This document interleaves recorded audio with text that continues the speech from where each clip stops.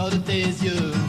Je me demande si je ne ferais pas mieux de regarder parfois d'ailleurs que de tes bras.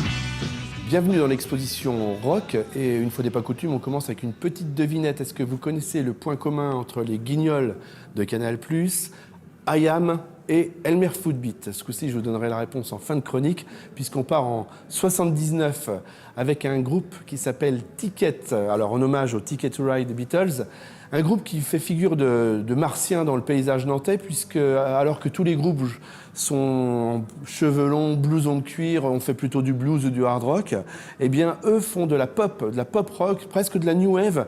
Ils ont un look très propre sur eux, très british, avec des petites cravates fines noires sur des chemises blanches, des coupes de cheveux bien faites.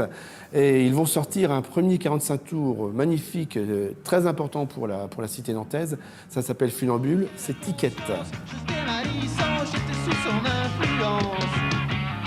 Mais tant de beauté pour un peu privé, ça devenait compliqué. Ne t'en fais pas, madame, on va s'en tirer.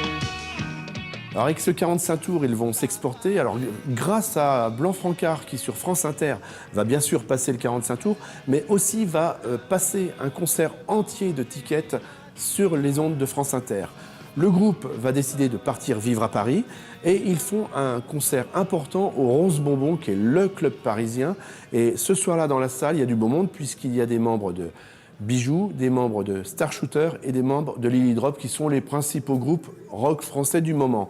D'ailleurs, William Toury de Bijoux va leur proposer de produire un album. Cet album, Coup de bol à Marrakech, qui est une véritable perle pop, c'est magnifique, sauf que le succès ne sera jamais au rendez-vous. Du coup, c'est Kent qui va les repêcher, qui va leur dire, écoutez, laissez Ticket pour le moment et venez avec moi, je vous aime bien, vous allez être mon backing band, c'est-à-dire vous allez jouer derrière moi, sur ma tournée, puisque j'arrête Star Shooter et je fais une tournée en solo.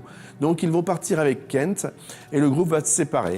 Et alors ce qui est assez rigolo, et je réponds à la petite question du début de la chronique, c'est que les trois membres du groupe, eh bien il y en a un qui a formé Elmer Footbeat, il y en a un qui est devenu le patron des Guignols sur Canal+, et surtout ce qui est très rigolo, c'est qu'il y en a un qui est parti pour prendre un poste de professeur à Marseille et qui s'est fait enrôler dans I Am. Vous savez, I Am, c'est le Mia. Voilà.